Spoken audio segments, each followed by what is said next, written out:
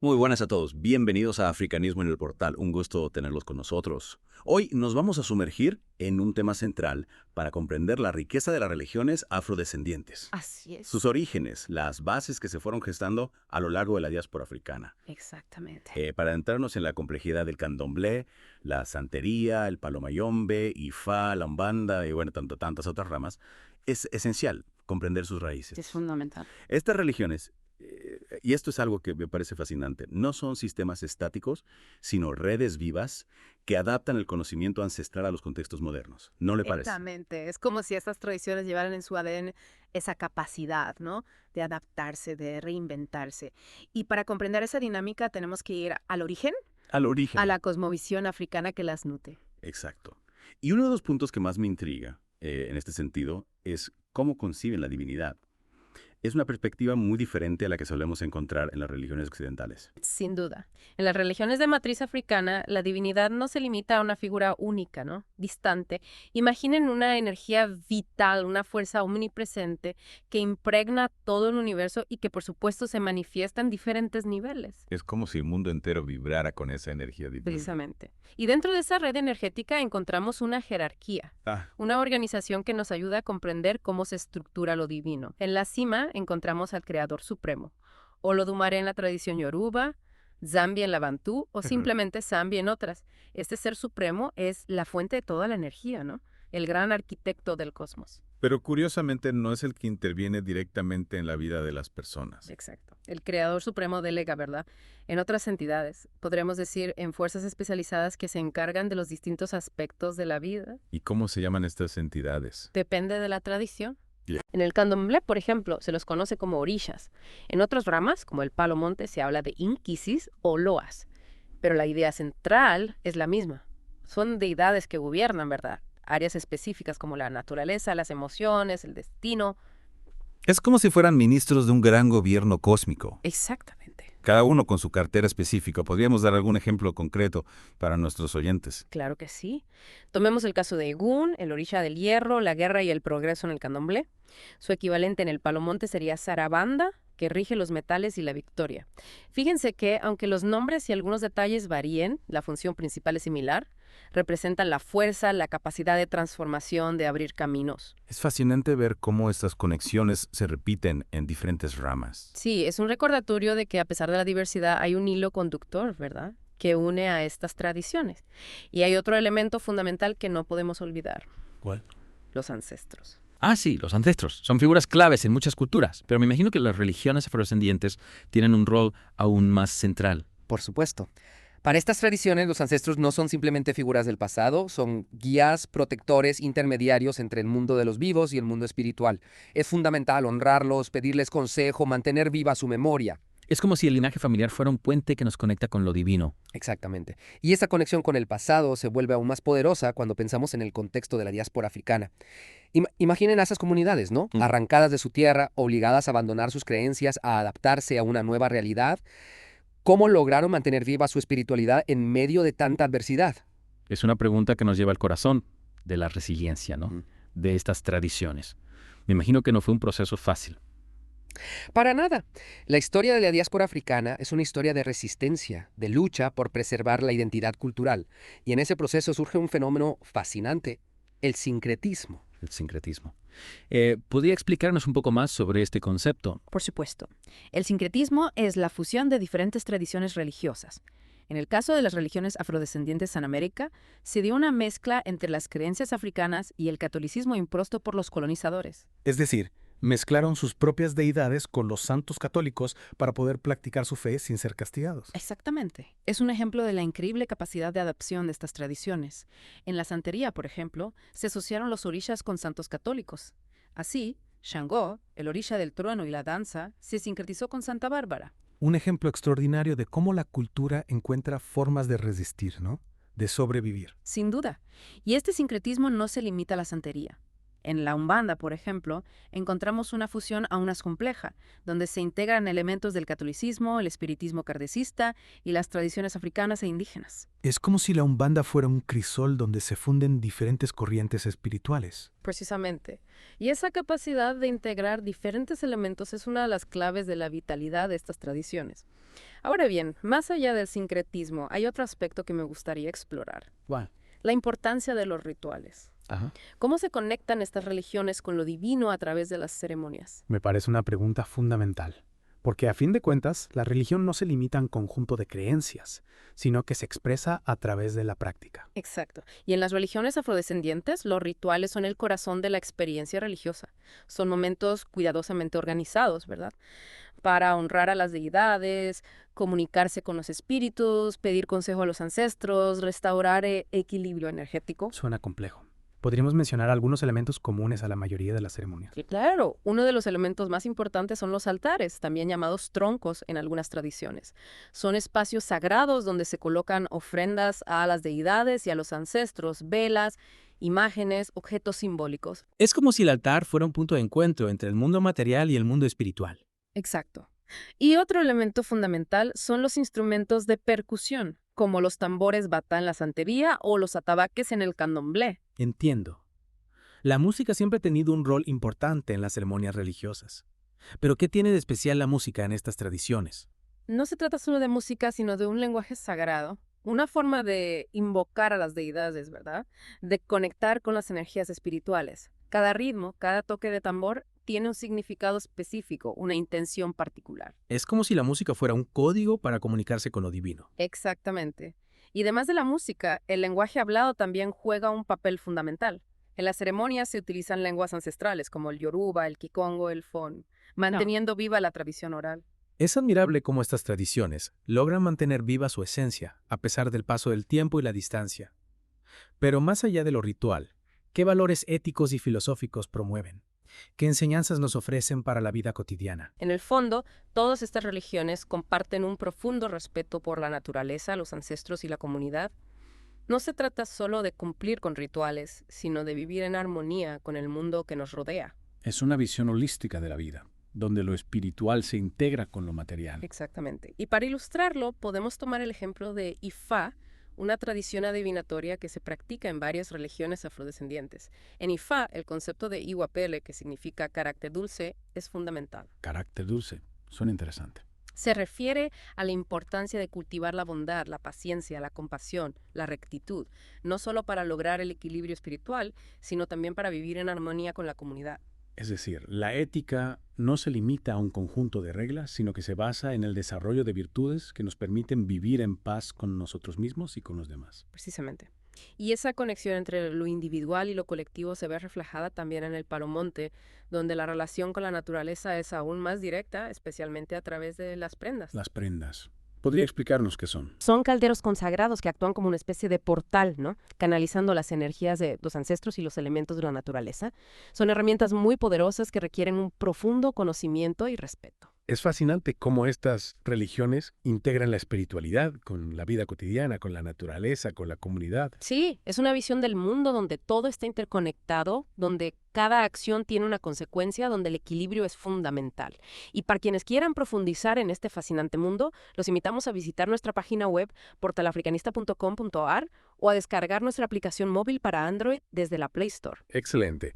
Y en el próximo episodio nos adentraremos en el palomonte y el mayombe, dos ramas que han tenido un impacto significativo en América Latina. Hasta la próxima. Hasta la próxima. En el episodio anterior exploramos las bases de las religiones de matriz africana, su concepto de divinidad, el rol de los ancestros y la fascinante capacidad de sincretismo que les permitió adaptarse y sobrevivir a la diáspora. Sí, y creo que muchos de nuestros oyentes se sorprendieron al descubrir la riqueza y la complejidad de estas tradiciones. Hoy nos adentremos en dos ramas específicas que han tenido un impacto muy importante en América Latina. El palomonte y el mayombe. Son dos ramas fascinantes que a menudo generan mucha curiosidad, pero también algunos malentendidos. Exacto. Y para despejar dudas, me gustaría empezar por lo básico de dónde vienen estas tradiciones, cuáles son sus raíces. El palomonte, también conocido como palo mayombe, o simplemente palo, tiene sus raíces en las regiones de Congo y Angola en África Central. Es una tradición que se ha mantenido viva durante siglos, transmitiéndose de generación en generación a través de la tradición oral. ¿Y qué lo diferencia de otras religiones afrodescendientes como la santería o el candomblé? ¿Hay algo que lo haga único? Una de las características más distintivas del palo monte es su forma de concebir la relación con lo divino, mientras que en otras tradiciones se trabaja principalmente con deidades, como los orishas. En el palo monte se establece una conexión directa con los espíritus de la naturaleza. Los espíritus de la naturaleza. Eso suena intrigante. Sí se les llama empungus. En la lengua kikongo son las fuerzas que animan el mundo natural, los árboles, las rocas, los ríos, los animales, cada uno con su propia energía, su propia personalidad. Es como si la naturaleza entera estuviera habitada por espíritus. Exactamente. Y para los practicantes del palo monte, esos espíritus no son simplemente fuerzas abstractas, sino entidades con las que se puede interactuar, a las que se puede pedir ayuda, consejo, protección. ¿Y esa interacción cómo se lleva a cabo? ¿Hay algún tipo de ritual o herramienta específica? La herramienta principal para conectar con los empungus es la canganga. Es un caldero de hierro consagrado que contiene palos, huesos, tierra, hierbas y otros elementos naturales. Es como si la nanganga fuera un microcosmos que concentra la energía de la naturaleza. Exacto, y cada anga es única porque está construida y consagrada por un palero o palera, una persona que ha recibido la iniciación y tiene el conocimiento para trabajar con los empungos. Entonces el palero o la palera sería como el guardián de la nganga, ¿no? Yeah. El que sabe cómo comunicarse con los espíritus que habitan en ella. Exactamente, el palero es un guía espiritual, un curandero, un consejero. Su rol es fundamental para la comunidad. ¿Y la nganga? ¿Para qué se utiliza? ¿Cuáles son sus funciones? Se utiliza para una amplia gama de propósitos, desde curaciones y limpiezas espirituales hasta adivinación y resolución de problemas. Todo depende del conocimiento y la habilidad del palero. Es un sistema complejo que requiere mucha dedicación y respeto. Sin duda, el palo monte no es una religión para tomarse a la ligera. Implica un compromiso profundo con la tradición, con los ancestros, con la naturaleza. Y mencionaste también el mayombe. ¿Cuál es la relación entre el palo monte y el mayombe? ¿Son sinónimos o hay alguna diferencia? El mayombe es una rama específica del palo monte originaria de la región de Mayombe. En Congo se considera una rama más antigua, más tradicional, con un enfoque aún más intenso en el trabajo con los espíritus de la naturaleza. ¿Y hay alguna diferencia en la práctica ritual entre el palo monte y el mayombe? Sí, hay algunas diferencias. El mayombe tiende a ser más reservado, más ritualista, con un fuerte énfasis en la jerarquía. Y la tradición podríamos decir que es una rama más cerrada, con un acceso más restringido a sus conocimientos. Entonces, ¿se podría decir que el mayombe es una especie de escuela avanzada dentro del palo monte? En cierto sentido sí, pero ambas ramas comparten la misma base espiritual, el respeto por los ancestros, la conexión con la naturaleza, el poder de la nganga. ¿Y estas tradiciones? ¿Cómo llegaron a América Latina? ¿Cuál fue su camino en la diáspora? Igual que muchas otras religiones africanas, a través del tráfico de esclavos, los esclavos traídos de África Central llevaron consigo sus creencias, sus prácticas, sus formas de conectar con lo divino. Es impresionante pensar en la fuerza de esas creencias que lograron sobrevivir a la brutalidad de la esclavitud, al desarraigo, a la imposición de una cultura ajena. Sí, es un testimonio de la resiliencia del espíritu humano, de la capacidad de encontrar consuelo y esperanza en la tradición, en la conexión con los ancestros. Y en algunos países como Cuba, Brasil, Venezuela, el palo monte y el mayombe han tenido un impacto cultural muy importante. Sin duda, en Cuba, por ejemplo, la música y la danza afrocubanas están profundamente influenciadas por los ritmos y los cantos del palo monte, y en Brasil algunos elementos del palo se han integrado en otras religiones afrobrasileñas como la Umbanda. Es fascinante ver cómo estas tradiciones se entrelazan, se enriquecen mutuamente, creando un tapiz cultural vibrante y diverso. Exactamente. Y esa diversidad es una de las riquezas de América Latina, un continente que ha sabido fusionar diferentes culturas creando algo nuevo y único. Y a nivel social, ¿qué rol juegan estas religiones en las comunidades donde se practican? ¿Son simplemente un espacio para la espiritualidad individual o tienen un impacto más amplio? Para muchas personas, especialmente las de ascendencia africana, el palo monte y el mayombe son mucho más que una religión, son una forma de conectar con sus raíces, de afirmar su identidad, de encontrar un sentido de comunidad. Es como un puente que los une a su historia, a su cultura, a sus ancestros. Precisamente. Y además de ser una fuente de espiritualidad, esas religiones también cumplen una función social muy importante. ¿A qué se refiere? Los casas de palo o munanzos, donde se practican estas religiones, suelen ser lugares de encuentro para la comunidad allí. Se celebran ceremonias, se comparten conocimientos, se brinda apoyo a quienes lo necesitan. Son espacios de solidaridad, de resistencia cultural, de transmisión de saberes ancestrales. Es como si la religión se convirtiera en un vehículo para la cohesión social, para la preservación de la identidad. Exactamente. Y esa función social se vuelve aún más relevante en un mundo donde La globalización a menudo amenaza con homogeneizar las culturas, con borrar las diferencias. Es decir, el Palo Monte y el Mayombe no solo ofrecen un camino espiritual, sino que también contribuyen a mantener viva la diversidad cultural. Así es, y esa diversidad es un tesoro que debemos proteger, porque nos enriquece a todos. Totalmente de acuerdo. Y hablando de desafíos, ¿cómo se enfrentan estas religiones a la realidad del mundo moderno? ¿Logran conciliar su tradición con las demandas de la sociedad actual? Como muchas otras religiones tradicionales se enfrentan a desafíos como la discriminación, el prejuicio, la incomprensión en algunos lugares todavía se las asocia con la brujería, con la magia negra, con prácticas oscuras, y eso genera miedo, rechazo, marginación. Es triste que todavía existan esos prejuicios, que se juzgue a una cultura por desconocimiento o por miedo a lo diferente. Sí, es un problema que aún persiste, pero afortunadamente hay un movimiento creciente de reivindicación cultural. Cada vez más personas se enorgullecen de sus raíces africanas y defienden el valor de estas tradiciones. Y en esa lucha por la visibilización, me imagino que las nuevas tecnologías están jugando un papel importante. Por supuesto, Internet y las redes sociales se han convertido en herramientas fundamentales para conectar a practicantes de diferentes países, para compartir información, para desmontar estereotipos, para mostrar al mundo la riqueza y la complejidad de estas tradiciones. Es como si se abriera una ventana al mundo, permitiendo que el Palo Monte y el Mayombe salgan de la sombra y se presenten ante un público más amplio. Exactamente, y eso es fundamental para combatir la discriminación, para generar un diálogo intercultural, para mostrar que la diversidad es una fuente de riqueza, no una amenaza. Y para quienes quieran profundizar en el Palo Monte y el Mayombe, ¿qué les recomendaría? ¿Cómo pueden acercarse a esas tradiciones con respeto y curiosidad? Lo más importante es acercarse con humildad, con la mente abierta, con el deseo de aprender estas tradiciones. No se aprenden de libros, sino a través de la experiencia del contacto directo con los practicantes. Es decir, buscar un maestro o una comunidad que los guíe en el camino. Exactamente. Y por supuesto también hay libros y recursos online que pueden ser útiles para tener una primera aproximación, pero siempre teniendo en cuenta que la verdadera sabiduría se transmite de persona a persona a través de la experiencia vivida. Es como si el conocimiento se transmitiera a través de una cadena invisible que une a las generaciones. Exacto. Y esa cadena es la que garantiza la continuidad de la tradición, la que preserva la sabiduría ancestral. Y hablando de sabiduría ancestral, me gustaría retomar un punto que mencionamos antes, el rol de los ancestros en el Palo Monte y el Mayombe. ¿Podría explicarnos un poco más sobre cómo se concibe su presencia? Se les venera, se les pide ayuda. ¿Cómo se manifiesta su influencia en la vida cotidiana? Los ancestros son figuras fundamentales en estas tradiciones. No se les ve como seres lejanos o abstractos, sino como presencias activas que nos acompañan, nos guían, nos protegen. Es como si estuvieran siempre a nuestro lado, observándonos, velando por nuestro bienestar. Exactamente, y se les honra de muchas maneras, a través de ofrendas en los altares, a través de invocaciones en las ceremonias, a través del recuerdo constante de sus enseñanzas. Y esa conexión con los ancestros, ¿qué beneficios trae a los practicantes? ¿Qué les aporta en su vida cotidiana?